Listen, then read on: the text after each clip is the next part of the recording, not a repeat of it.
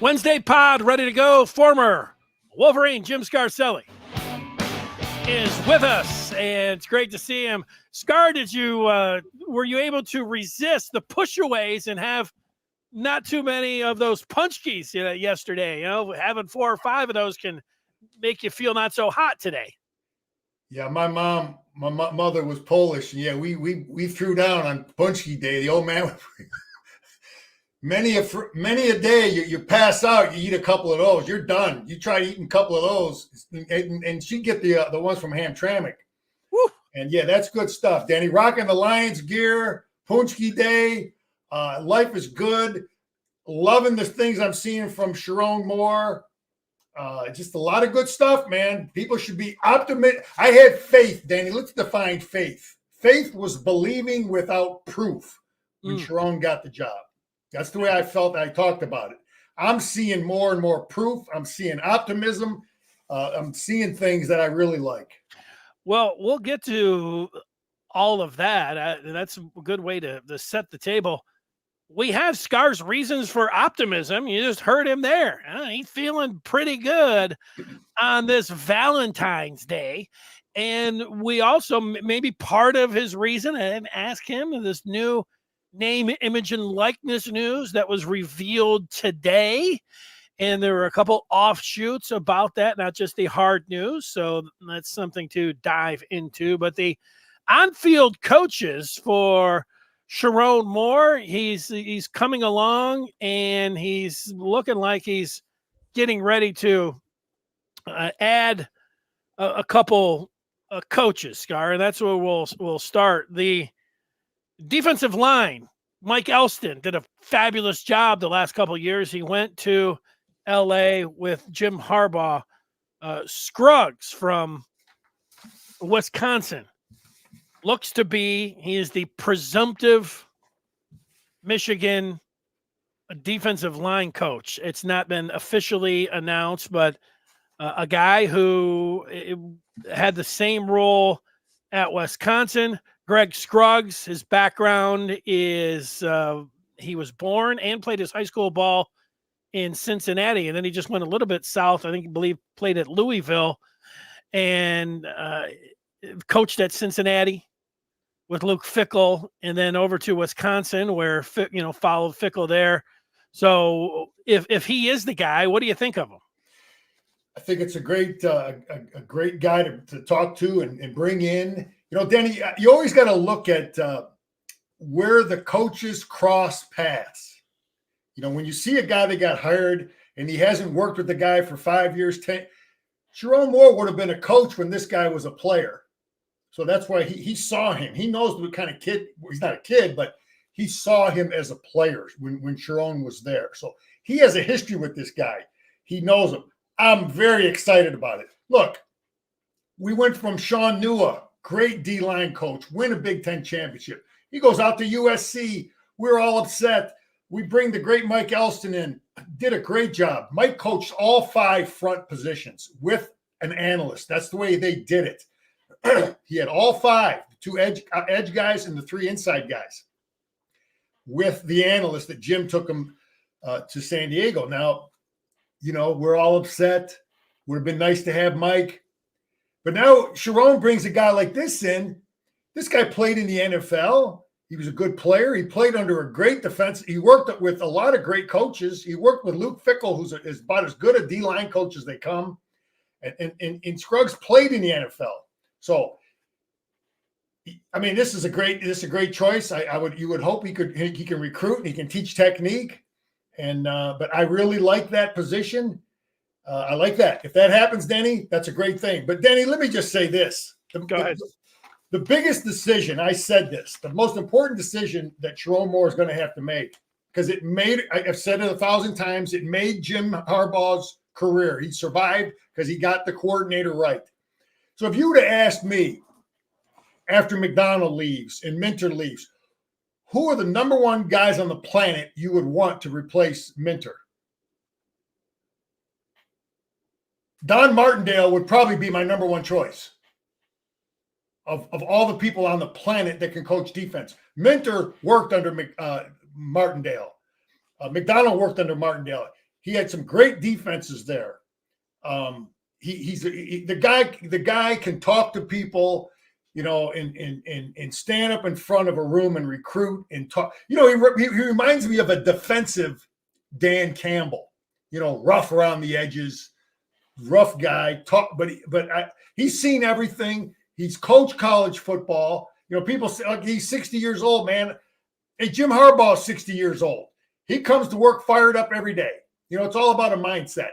You can be 25 and lay on the couch all day. You can be 80 and out there working. I see dudes at the gym, 75 years old, all the time out there every day working. But I was listening to some Wink YouTube stuff. He's a team guy. He's going to promote players. It's all about he worked under Jack Harbaugh. He worked under Lou Holtz. He worked under Buddy Ryan. He worked with Al Davis. This guy has worked under some people, man. And he admits that he's always learning. I heard him say that. And Denny, if I'm facing Michigan, that's a guy I don't want to see over there. Now you talk about, okay, I think he's smart enough to look at what McDonald did, look at what Minter did. The system is intact because that was what he ran. We don't make any, he may run and did run a lot of man stuff. People said he was a lot of pressure stuff. He's not an idiot.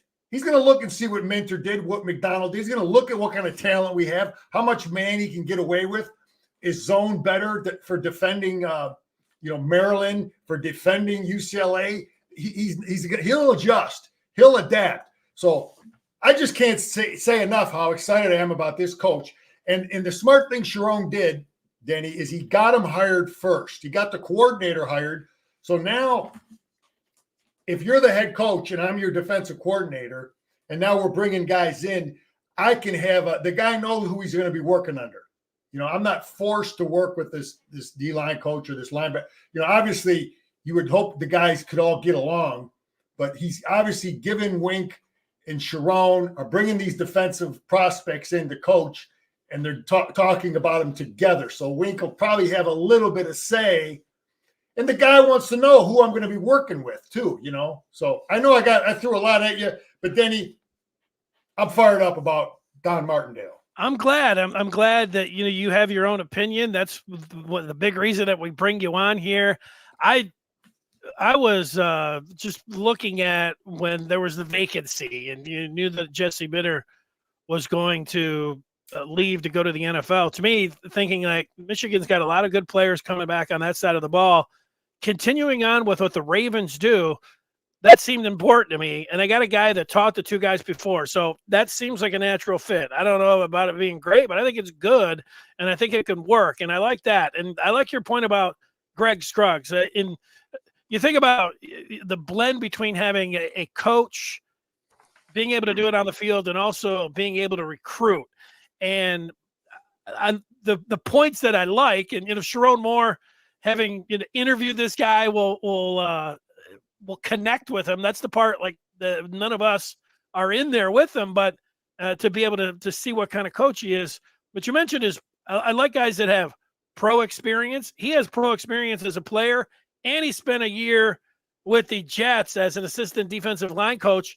So pro experience as a player and as a coach and at college. I like all that. And I like that he's from Ohio when you think about the recruiting angle. So all of that, those are the things I like. Yeah, both of them, Denny. Both Scruggs and Martindale, looking at it on the hoof, man, it's like, man, can it get any better? We don't drop off, man. Hey, look, those were Nua and Elston, and is Wink gonna have him coach that whole front five? That's a lot. Mike Elston had the edge players, so it'll be interesting to see how he delegates it. Denny, I was a position coach when I was a defensive coordinator in high school. Obviously, you don't have as many guys. Coach McCartney and Moeller both coached the inside linebackers and were coordinators. Wink likes to be what they call a walk-around coordinator. He doesn't have a position. Minter did not have a position. So, that's just something that they like to do. So, I got a feeling that you're going to see one of them guys that worked with Martindale with the Giants, one of those guys that I think was fired, or one of the reasons they had the falling out. But listen, Denny, I don't know that anybody out here can speculate what kind of a recruiter Don Martindale will be. Oh, he's too old. Oh, he's just a pro coach. Really? You don't think a kid talking to Don Martindale, won't think that this guy will get me ready for pro football? He understands what it takes. There's a lot of, a lot that we just don't know. I mean, he's a communicator. Sharon Moore can see he can talk to people and communicate. And he could have every bit as much to sell as a young Mike McDonald from a recruiting standpoint, or what Jesse Mentor gave us from a recruiting standpoint. Don Martindale could be better with his experience in the pros. Talk about, he coached Ray Lewis, man. You don't think that's going to matter in recruiting, to go in there into a living room and tell people, I was the coordinator when Ray Lewis was playing, or maybe he was an assistant then, but he was part of that staff.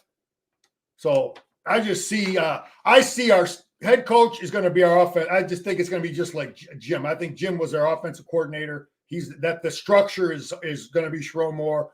Wink is going to continue the structure of the defense. And then the new special team coach will continue the things we did there.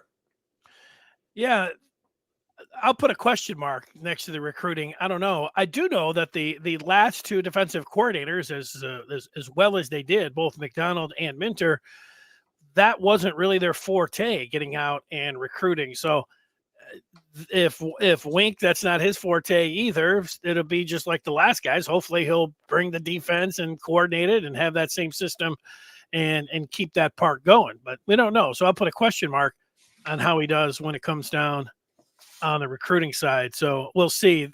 Let me say this, Denny. We talked about this before we came on air. This is something that people have to understand, man. It's when you're the leader, when you're the head coach, you got to make tough decisions. Okay. Sharon's the head coach. He's got Mike Elson there. He ain't never been a coordinator. I'm just going to speculate. I'm sure he'd like to be a defensive coordinator. He's got Klingsdale there. He'd like to be the defensive coordinator at Michigan. Those guys have both been there. Klink's been there with working under two different guys. You don't think he knows the defense? You don't think Elston knows the defense? Sharon Moore, he had to make a decision. He's like, okay, I got these two guys. Do I want to be loyal to one of, do I want to be loyal to one of them and promote one of them? Or I got Wink Martindale sitting out there, who might be better than both of them. So, and he pulled the trigger, man. And those decisions aren't easy to do that as a leader. And I don't know for sure. I'm going to speculate those are the big reasons those two guys both left. One of them wanted to be the coordinator. And it might be what's going on. We don't know what's going on with Mike Hart. We're just speculating. But, he's not the head coach. He's not the coordinator. Guys have goals. Those guys have goals. Most of those college coaches, they want to keep moving up. They don't want to be in the same position for 3, 4, 5 years. They want to be, okay, now it's time to be a coordinator. Now it's time to, I paid my dues. So, and yeah, what I see, Scar, and what I've seen since Michigan winning the national championship, listening and watching people that you think know ball, claim that they know football, are do things that, they get paid to cover Michigan, and the approach of the sky is falling, or the don't worry, everything's fine, the extremes on that, I don't want to say it drives me crazy, but maybe there's a little bit too much fandom in the people that cover this team. Losing the coach, the thing about the continuity, I get the fans, freaking out every time something has. They're fans. That's what they do. But if you cover the team, let's just, take a second and take a couple breaths when it comes down to it. Herbert, that was a tough loss. For Michigan, you're going to have some of these. It didn't mean that. What about continuity? What about continuity?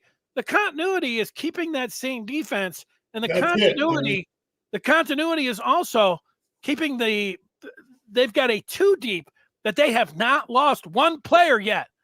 I'm a little surprised that they haven't. That's the continuity. Yeah. Not everything. I think there were, I don't like it's their first rodeo, and I know it's not. Continuity didn't mean that every single person was going to stay and Michigan was just going to run this back without any attrition. I mean, let's get real there. And so, and then everybody that comes in isn't automatically like, oh, great hire. This guy's the greatest thing of all time. Let's, so each side of that, whatever, I've just noticed it myself, which is a little wild. I want to ask you about, so we've went over Greg Scruggs, he's the presumptive defensive line coach, the leader in the clubhouse when it comes to the other defensive on-field coach is a guy whose name is Stephen Adegoke. Adegoke, who played his football at Mississippi State, was a grad assistant at Michigan after he was a grad assistant at Florida. So the 21 year when Aiden Hutchinson, Ajabo, that defense was there, this guy was a grad assistant. Then he went to the pros and worked his way up, spent a year in San Francisco in quality control. And then this past year was with the Texans and coached their safeties. This looks like it's going to be Michigan's next defensive back coach. At least he's the leader in the clubhouse. When you look at his resume, Adegoke, what jumps out to you here, Scar? Outstanding resume. He played college football. He worked his way up. But Sharon Moore has seen him. He's been to Michigan. Sharon saw him work. He saw him interact. He saw his attitude. The interview with this guy is, it's not. He knows a whole hell of a lot more about him. So that's the great thing. You spent time with the guy. So Sharon has seen this guy work. He knows how he communicates to players and is he a team guy? And does he think he can recruit? Can he coach scheme? And all that. And another name, Denny, that is out there for the defensive back, maybe we might see both of them, is a local guy, Corey Parker. That was a name that we had heard. Can you hear me? Yeah. Okay. Yeah, Denny, that is another name that we might see both of those guys. One safeties, because again, Martindale likes to walk around, and one corners. This guy here's a flat out stud. Okay. I'm a little partial to guys that have worked their way up and been successful leaders at the high school. This guy's a successful head football coach. Yeah. And I actually coached against him when he was in high school. He played at DePorce. So he worked under a great high school coach, Greg Carter. I think he was a couple stops with Greg Carter. I think he might have even worked with Billy Harris. Remember the former Michigan DB that coached at Huron High School? I think he might have worked with him. But anyway, he got the River Rouge job and was really, really a successful coach. I saw his teams played. They were very well coached. A lot of guys win with just great players, average coaching. This guy was a damn good coach. He's been at Toledo. He's highly, highly respected by guys that I respect as coaches. So if we get both of those names, I don't know about the other guy so much. I don't know him. But I'm sure he's a solid guy. But if we get both of these guys, we got guys that can talk to people, recruit, and coach. And listen, obviously we want to have guys that know and can recruit the Detroit area. But you got to be able to go and talk to kids in Los Angeles, Dallas, Texas, Miami, Florida. Of course, he'll have a network. So I like both of those names, Denny. Yep. The other, I would say, also on the list was a coach named Lamar Morgan, who's the defensive coordinator and safeties coach down at Louisiana, the Raging Cajuns. He has been there for the last 2 years. Prior to that, he was at Vandy, and then he was at Louisiana, where he played as a defensive backs coach. And before that, Houston. The thing that you'd want to know here in the connection is Vandy. That's with Jesse Minter was there, and Minter endorses Lamar Morgan as a secondary coach. So if it doesn't work and with Adegoke or with Corey Parker, Lamar Morgan is a name for you to keep in mind. Yeah, that's big, Denny, because he really understands the system. He understands the philosophy. And let's just be clear about a couple of things, though. The Raven defensive scheme system philosophy. I mean, it's not reinventing football. Okay, 80% of darn near 90% of what Michigan does on defense, we did 40 years ago when I played. Except we did it most all of it from a zone principles. They do a lot more man too, but dropping edges, bringing both backers, bringing corners, bringing safeties, dropping this guy, dropping that guy, dropping those guards. We did all that stuff. Only we did a hell of a lot more zone. So anyway, yes, this makes sense. He's got a strong reference. So yeah, that's why it's good that Sharon hired the coordinator first, and they can sit down and decide and go through all the strengths and weaknesses. Because I would definitely I would want that if I was the defensive coordinator, so they can both sit together and interview these guys, and go over strengths and weaknesses. Yeah, there are some folks that, are wondering, like, why are these guys not all being announced? And in Michigan, they have to go through the different things, whether it's checking, just dotting their I's and crossing the T's, basically. And so even though it will be out there, the official hires and when they are announced, that could be a little bit longer than you might expect. But that's just going through all of the. Denny, these decisions are so important. I said it last week. I would be in no hurry, no way, no how to be in a hurry. We lose a kid or two, I don't care. You get your coaching staff right. You get the best 10 guys on the planet that you can possibly get. And let me just say this as a former head coach, I would have felt a little slighted at my abilities as a coach if I'm not able to promote one of my guys from within.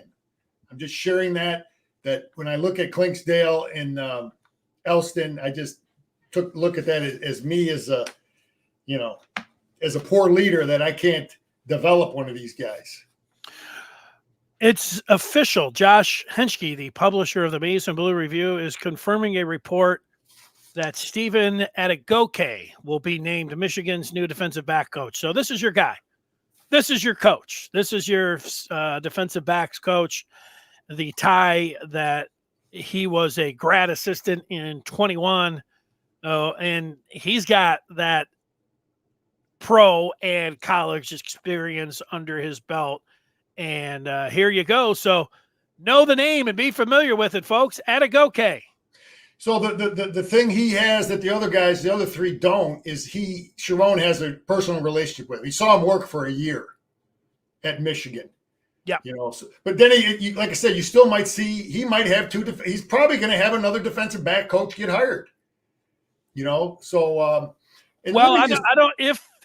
you only have so many hires that you could make on there. I'm looking at my big board, and so you got the defensive line coach.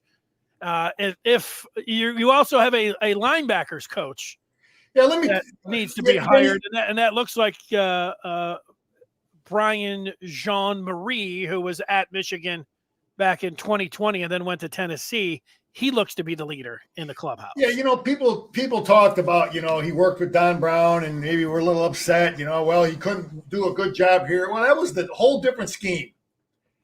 You can have good coaches that work under the wrong guy and good assistants, and they're a victim of circumstance.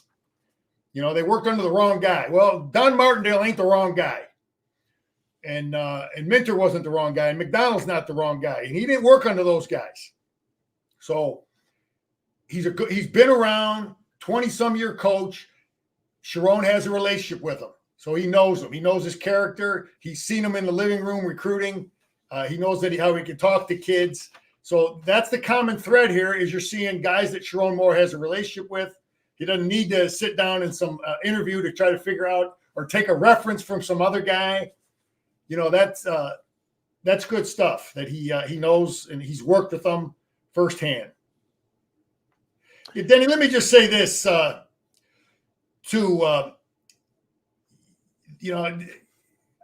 talked about not broke, don't fix it. And I guess maybe I'm moving ahead on the optimism thing, but some of the things that I really liked about what Sharon Moore said. You remember Barry Alvarez built a great program at Wisconsin, and they run 3 tight ends, and they ran with a fullback, and they had a Wisconsin way, defensively, offensive ways of doing it. So he retires, and he sits down with this guy, Gary Anderson, who was at Utah State, who actually, they maybe even beat Wisconsin. Anyway, he ends up hiring him to replace Barry Alvarez at Wisconsin. Now, they talked, maintained the system. This is Wisconsin. We play with tight ends. So what does Gary Anderson do? He wants to be a spread guy. Barry fired him after 1 year. Barry Alvarez fired the guy after 1 year because he wanted to change what they did for 20 years to build that program. I don't think Sharon Moore is going to change anything. So that's one of the biggest reasons. I know I moved ahead on the optimism side of things, but that's huge because I hear him talking and I see it. I see it now with the coaches he's hired, with Don Martindale. And I just, a lot of confidence there, man, from that because I seen it. We saw it at Wisconsin about 10, 15 years ago with Gary Anderson, who blew up that program. And again, Barry had to fire him after 1 year. Yeah, well, somebody was asking about Brian Jean-Marie, and the insight Scar gave you a little bit there, and he was here. So Sharon Moore will have some familiarity with him, and he has been around, not just at Michigan, Texas, Louisville, South Florida, Tennessee. And I believe the Haitian connection, he was the main recruiter on getting Junior Colson to Ann Arbor. So got that going for him. Yeah, I mean, just because a guy worked under a different scheme with, we gave up 60 to the Buckeyes, it's not so much a reflection of him as the guy who's leading our defense. He didn't have a say in the philosophy defensively. When you're an assistant coach, you give your opinions, you coach your guys, and the coordinator makes the decisions. Yeah, you're giving your reasons for optimism. Shadyville loves the defensive hires, not sold on offense, not sold on. People are not going to be sold on the offense because Michigan is replacing 10 out of their 11 players. And like we were talking about on Monday, there was somebody who's like, Michigan needs to open things up and change things up. Look, one thing that Jim Harbaugh had a lot of different things that he said, but he zeroed in a lot when you came in and said, what about throwing the football a lot more? And he was talking, well, I like throwing the football. And he always at some point would say what's important to him was getting points per drive. Points per game is a big thing. And Michigan has been, and this year they were 14th. If you're in the top 20 in defense and top 20 in offense and points per game, you look at the teams that were in the college football playoff when there were 4 teams, almost all of them are in there. Of course, Michigan was number 1 on defense. Of course, with the players that are coming back, you're going to feel good about what's going on defense. This part about they need to open things up and they need to do this.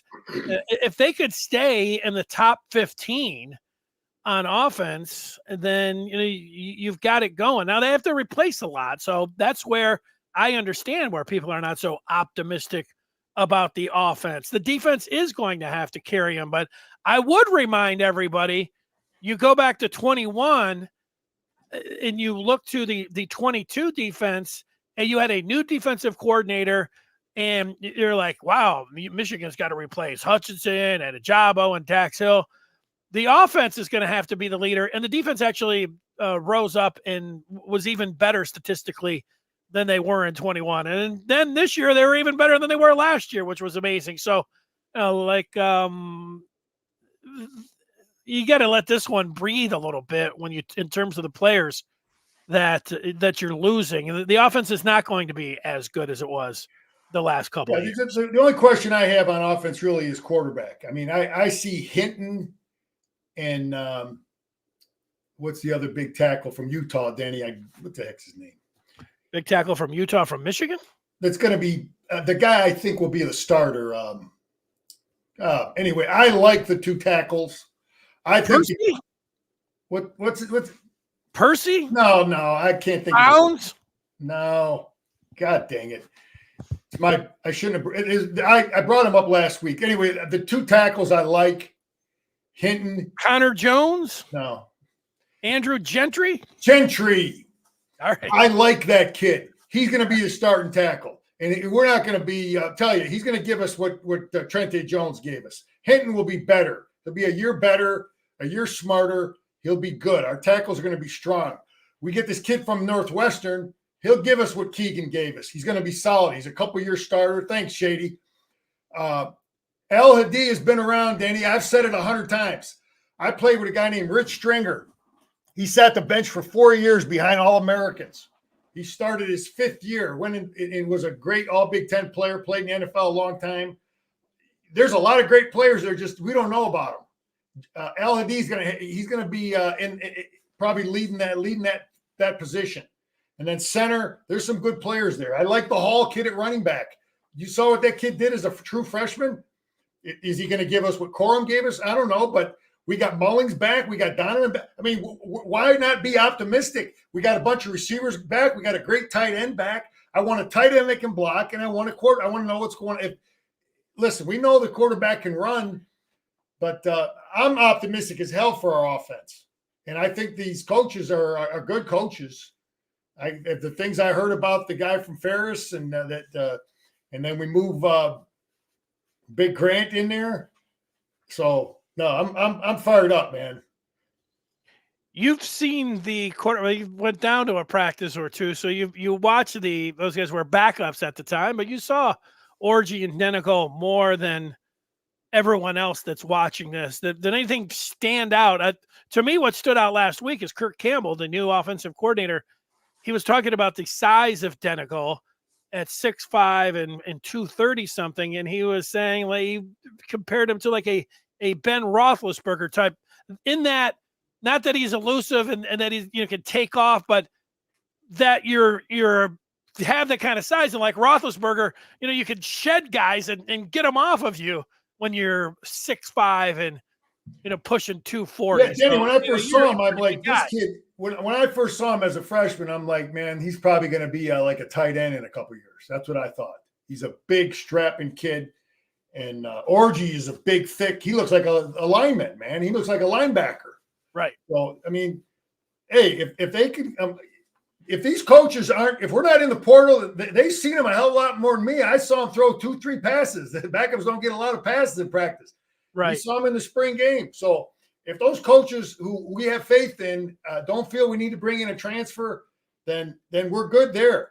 Hey, Denny, some other news out there that maybe just off subject a little bit. I talked about it. You got these guys like Chip Kelly. You got the guy at Buffalo, and then you got the guy at Boston College. They were both basically at the end of our contract, struggling, probably had one more year left in their contract because they were on that last year, like win or out. They both said the hell with it and took jobs as coordinators. That's an interesting trend in college football. Chip Kelly now we're going to go against with the Buckeyes. I think it's something we need to be understand. Chip Kelly is not the same spread guy that he was at Oregon. He wants to play with tight ends and he wants to play physical. His offense is a lot like Michigan's, his philosophy, if you really watch UCLA play. So I think that had a factor on why Ryan Day brought this guy in, because he wants to play with tight ends. He wants to play physical. You got to beat Michigan. You better be able to stop him. So it's nothing to worry about. He is what he is. They got good coaches. We got good coaches. But anyway, that's a trend where guys kind of like screw the program at the last minute to go take a coordinator job somewhere else instead of getting fired the next year. It's like, I'm going to screw you before you screw me mentality. And it is what it is. And we got Sean McGee back too, Danny. I don't know if you guys talked about Sean McGee as a guy in he's going to be like a general manager. Sharon Moore brought him back. Something else is going on too. there's a whole bunch of analysts that aren't getting in the paper in any kind of ink here that I wish we had more. We could get more of an understanding of. There's guys that play key roles. Some of these analysts, like I know the guy that worked with Elston was like he had a position basically. He was the edge guy. Mike was the coach of on record, but so I'm anxious to see how some of these analysts pan out. And I had heard recently that some of the strength coaches did go with Ben Herbert, but the majority of them stayed. So there's a lot of stuff that isn't in the paper there, but I'm anxious to find out because the analysts play key roles, and we got to get that right too.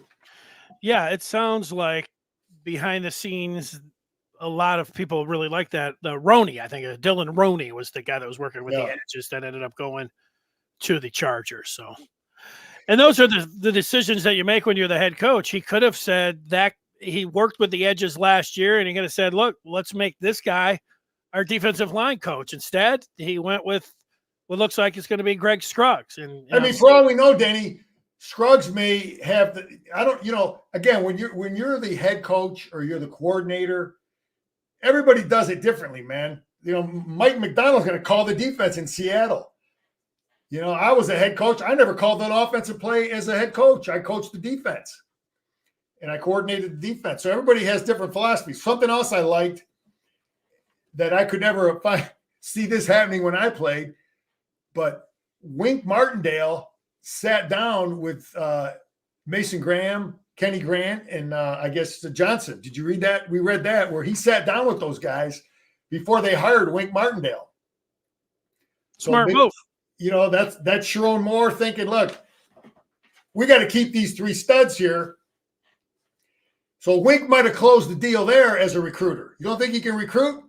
You got to recruit those three guys right there. So that was probably his first test that Sharon Moore had him in and said, all right, talk to those three. I'm going to find out what kind of recruiter you are. So I think he passed the test. Well, great point on that. I was just talking earlier about how, this is not for the weak need or anything else, covering Michigan, the ups and downs. If Michigan is able to keep that trio right there, that and Wink had something to do with it, that's a huge win for Sharon Moore and a nice endorsement there for Wink, like what you're talking about. So that's a nice job thinking about that. Good job. Yeah, that's that. That for all we know, that might have been the test that Sharon put him through to see see what this guy's about, man. See how the players feel about him. That tells them the guy, I guess he's been in pro football for the last 20 years. Yeah. You don't forget how to talk to people, man, and build relationships. That doesn't, I've heard that argument. Oh, he hasn't recruited in 20 years. You think he forgot how to talk to people and build relationships and, tell the guy, I care about you. I'm going to develop you. I'm going to push you. And, that doesn't, you don't forget how to do that. Scar, how about before we get to the NIL, you answer some questions? Yeah, bring it. All right. Shadyville's talking about the offensive line. He says he thinks it's going to take a while for them to get it. They got to be ready to go by September the 7th. That's when they play Texas. So maybe got 15 practices. They got 15 practices in the spring, and they've been working for a couple of years together in a backup role. They're going to figure it out. They're going to mesh. They're going to blend it in there. You got a former the head coach is an offensive line guy. The offensive line coach is an offensive line guy. They're going to get it squared away. Our technique is going to, that's the big thing that I saw right away when Jim got the job was I felt day one when we played Utah on the road there, Denny, I could see a change in our offensive lineman technique in terms of flat back, coming off the ball, executing, blocking the right guy. That stuff is going to be maintained because of who was hired, I think, offensively. So, yeah, I think we're going to, they'll figure that out. That doesn't take that long. Yeah, I didn't see it in that Utah game like you were talking about. I don't remember who it was in the non-conference, though, and Chris Spielman was calling the game. And Spielman said at one point, this offensive line, what they're doing, this looks like NFL stuff. And I was like, okay, I'm in. I was sold. I liked what he was saying there. SW Lyon thinks the offense will need to be more creative with the drop off at quarterback, losing JJ. But he thinks based on the 1 game sample size, when Campbell was the OC, he likes it. I mean, we may end up having to be more of a quarterback run team. Now, the upside of Orgy's athletic ability is if you're going to run him more, then you got more likelihood of getting hurt. So maybe we have to be more creative and find ways. That's what coaches do, though, Danny. You got a new team every year, and you just because I could do this with JJ and I could do this with Corum, I could run this route with. Hey, man, it all changes. You got 15 practice, figure it out. What do I got? What can we do? What was that question about the wide receiver room? Shadyville saying that they have more potential but very little experience. Yeah, well, again, you got spring practice, and you've got you got that one preseason game before Texas, and you got to get your confidence, got to get reps, and it comes with experience, man. Well, there's nothing wrong with having Colston Loveland when you're talking about the wide receiver room. You can put him in the tight end room. You can put him in the wide receiver room. That's pretty good. And for me, for quarterback, I recall Matt Stafford when he came into the Lions. Matt Stafford's got as good as arm as anyone who's ever played in the league. But Matt Stafford, it took him a while to his accuracy, his touch, his ability to just work with the wide receivers and to elevate his game. I'm just saying that with these guys, wherever, a lot of people are talking about, well, Alex Orgy and his completion percentage in high school. People had him tabbed as a linebacker just because of that. And Orgy, because he wasn't this 5-star quarterback or anything else. How these guys come along, they can develop what's going on behind the scenes. And you said it, Scar, if they don't bring in somebody to compete from the outside in the spring ball, then they really like what they see from these guys.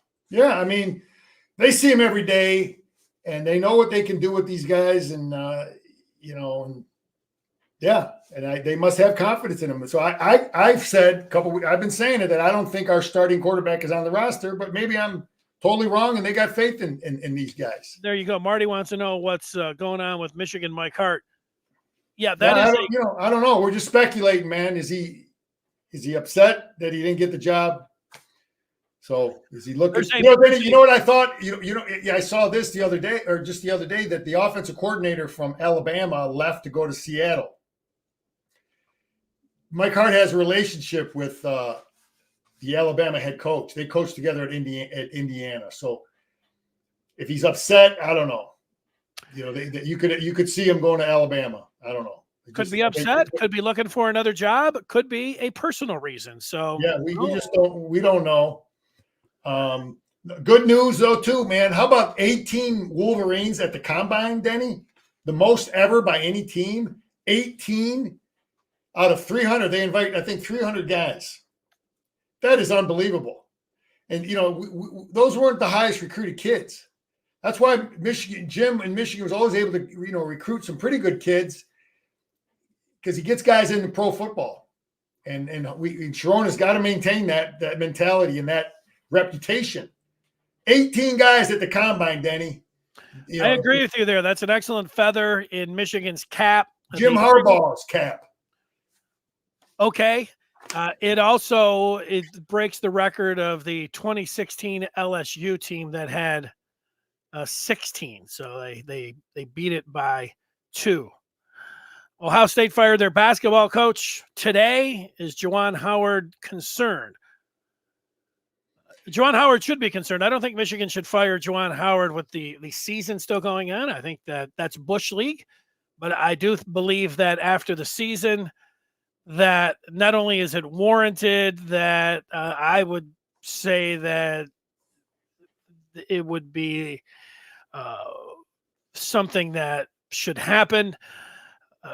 The question is, does Ward Manuel think that should happen? Of course, that's going to be the big thing there. I wouldn't be upset if I was a Michigan basketball fan until after the season. So, you got to let that thing play out. I wouldn't do it during the season. Scar, do you see any advantage of making? Danny, listen. The most important thing I think in basketball, it's a lot like in football right now. Bill Seif said it at Kansas. The key to winning is, get old, stay old. Get old, stay old. And identifying talent. You have got to be a great guy who can read the transfers that you bring in. Juwan brought in these guys from the kid from Tennessee and the kid from Alabama. And Jim did it with 10, 12 transfers last year. You go out and you get Josiah Stewart. You go out and you identify Drake Nugent, and you get the kid from UMass, and you go right down the line. All these guys we brought in as transfers, Cam Good. That's a huge part of being a successful coach. And it's one of the most important things. Hire great assistants, have an eye for that and the talent for that, and then have an eye to identify great talent. And I don't know that Juwan has got it done there. Michigan has done a good job of identifying great players and then bringing them in. Now, obviously, the NIL is a factor with it. You'll transition to that in a minute. Yeah, well, let's do that because this question kind of falls into the NIL. Michigan they announced another partnership with NIL, Learfield and Altius. And they're going to bring in a general manager, and they also have another hire in there. It's the first school to have that type of structure. That sounds very positive to me. Michigan keeps throwing things at NIL. If there is an elephant in the room when it comes down to NIL, is that programs, they see how the NCAA is having a hard time enforcing the NIL rules. And a lot of teams are acting, they're going around the rules.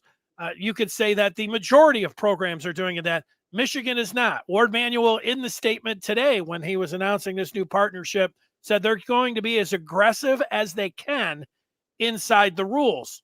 So when I see Shadyville saying Ohio State holds their athletic department to a higher standard, they operate differently. Ohio State, how they are going about acquiring players right now, it's different than Michigan. So if you want to say that's a higher standard, I think he's talking about firing their basketball coach for losing. Yeah, well, that's fun, but like that comes. Well, I do think it's Bush League, but I also think that is the pluses and minuses when you're bringing in a coach that played for your unit. Holtman did not play at Ohio State. That's different. You deserve a little bit longer of a leash that way. And with Holtman, they didn't think that they did. That's more ruthless. I think with Michigan, I don't think, showing him the door right now is a class move. I think you wait to the end of the year. That doesn't mean you can't be operating behind the scenes if you're Ward Manuel and having your list and talking to the coaches and figuring out what you're going to do as the season ends. You better be doing that. But I don't think that means that Ohio State, their athletic department, but that gets me to the NIL. There's a lot of Danny, real quick, let me just pipe in. I don't know if Mel Pearson and Chris Partridge feel the same way. They were shown the door pretty darn quick. But go ahead, transition to NIL. Well, I wouldn't agree with that with Mel Pearson. They let the season play out. A lot of people criticize, and in fact, the majority of people point to how long it took for Ward Manuel to act on Mel Pearson. His contract was up. The season was over. And was it 3 weeks that he waited? So there was no, there was nothing. Now, Partridge was involved. The NCAA was coming in, and whatever happened there. I know Harbaugh didn't like it, but I look at it like this: it worked out for Michigan. They were able to win the game. That was the Friday before the Maryland game. I mean, this is the end of the season. You're playing for a championship. That's great that Harbaugh and everybody else was pissed off and everything else. But Michigan did it, and it worked out. That doesn't mean it's 100% the right move, but that also was a tricky situation when it came down to Stallions and everything else. Why did they fire him? Because the NCAA wanted him out? Yeah, there's the other side of the argument was why not suspend Partridge? Why not suspend him? He made a mistake. because maybe Tony Batiti then decides, hey, let's tack on another game or two. I'm just throwing it out there that maybe Yeah, that's. I don't know either. I know that's the Michigan side. Everybody's upset. I know Harbaugh was really made that a big point. Like, oh, Partridge, that was a big deal to him.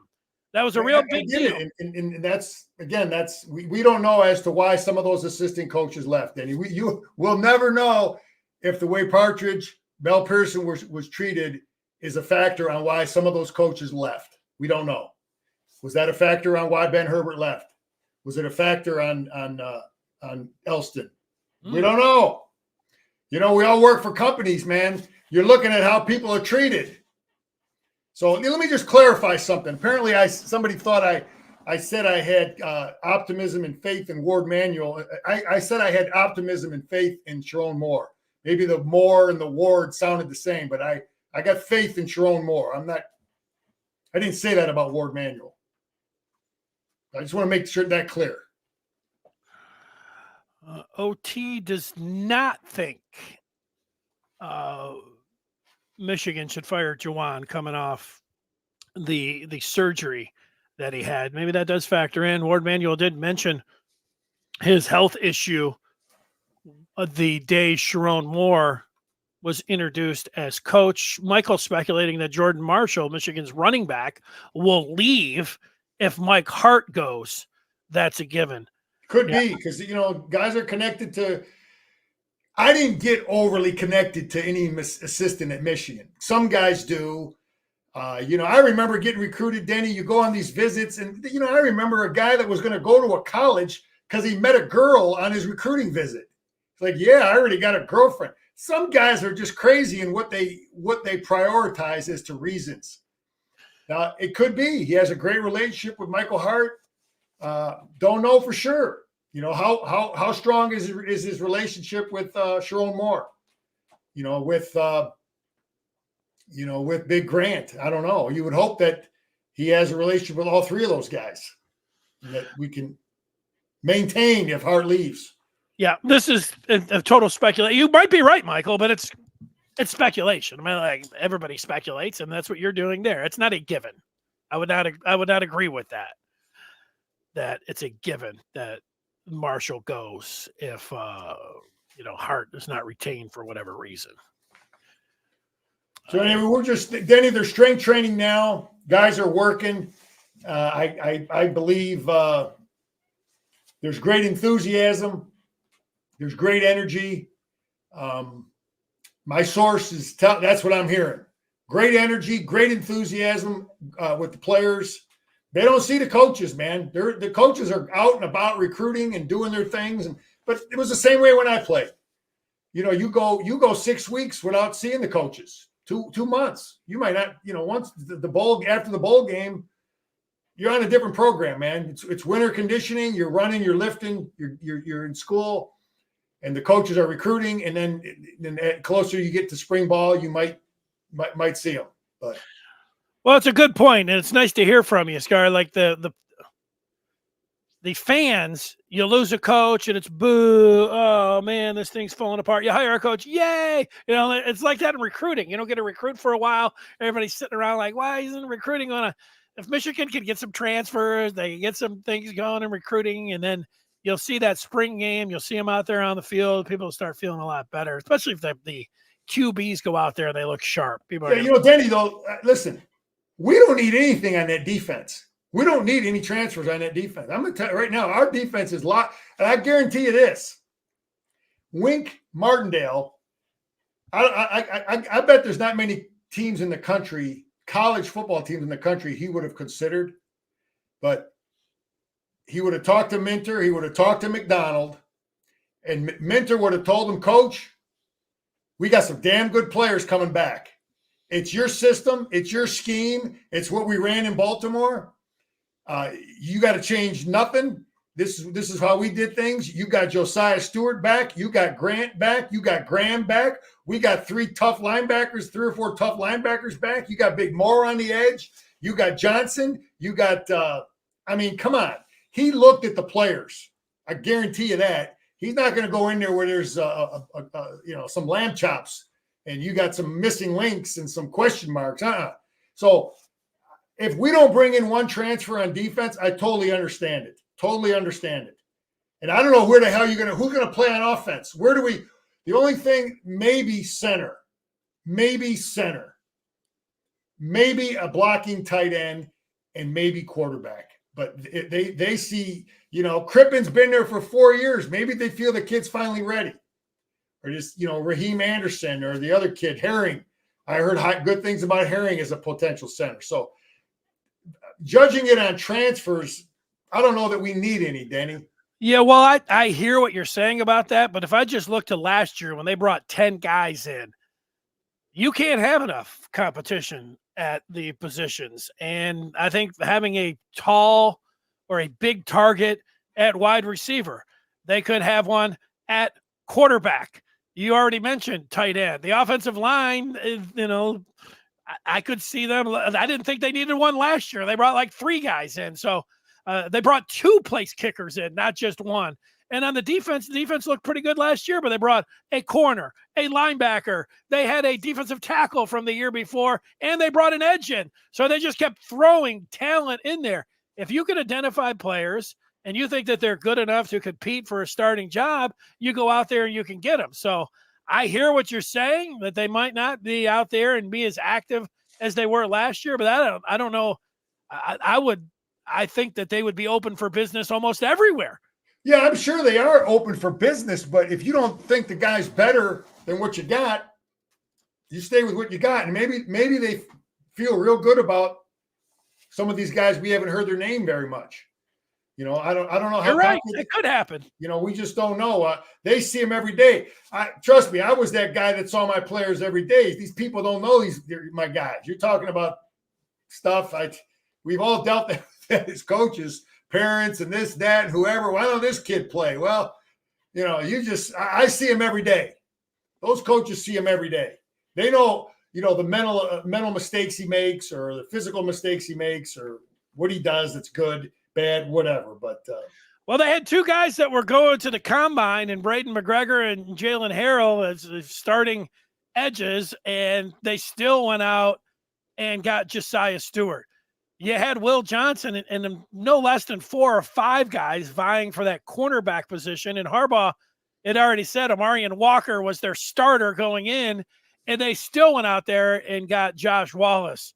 They had James Turner they brought in to be the place kicker, and they still went out and brought somebody else in from Mississippi State, Hudson Hollenbach. So they just kept bringing them and bringing them and bringing them. They brought Tuttle in when they had all for quarterback too.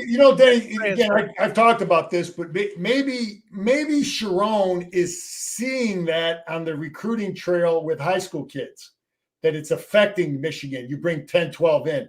I don't know. He knows the answer to that question. What is the fine line between bringing transfers in and then still be able to recruit? Because I'll tell you what I'm looking at.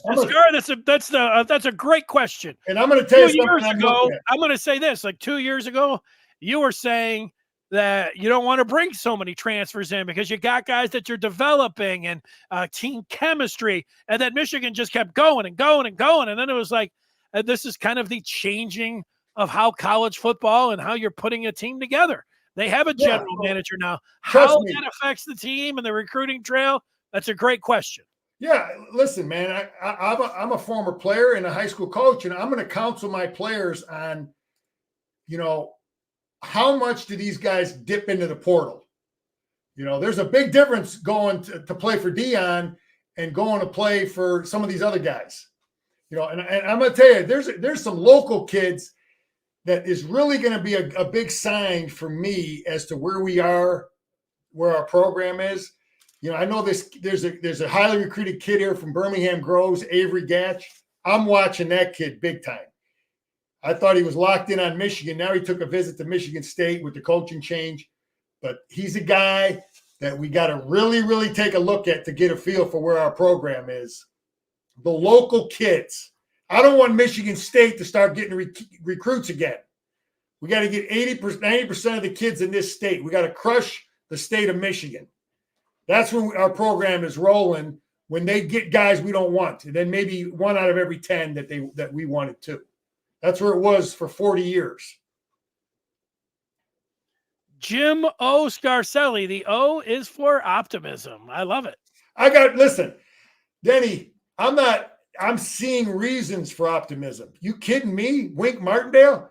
That'd be the top guy on my list of coaches on the planet if you could get in here to bring and replace Minter. He'd be the number one guy on my list. And we got the guy, man, come on. Them kids are going to be fired up. He's going to have them playing, and we're going to be playing great technique and lining up properly. And the beat goes on, baby. MMD, Denny. You know what MMD means? Michigan means defense. That's what our Coach Mack put that on the wall. I remember my first year at Michigan, and Coach Mo used to put MMD. Michigan means defense. Ain't nothing changed. You know what the O in Jim Ingersoll's name means? Orgy. That's what it's about. All right, Scar, great job. Fired up, man. Optimism. Like the energy. Go blue, Denny. There you go. That's what I was waiting for.